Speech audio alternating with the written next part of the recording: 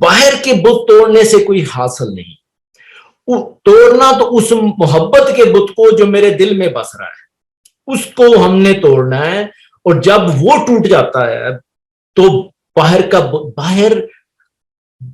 ہر چیز آٹومیٹک ہوتی ہے. اگر دل کے اگر ہمارے اندر ایک چینج آ گئی نا، باہر کی چینج آٹومیٹک ہے، یہ یاد رکھیں.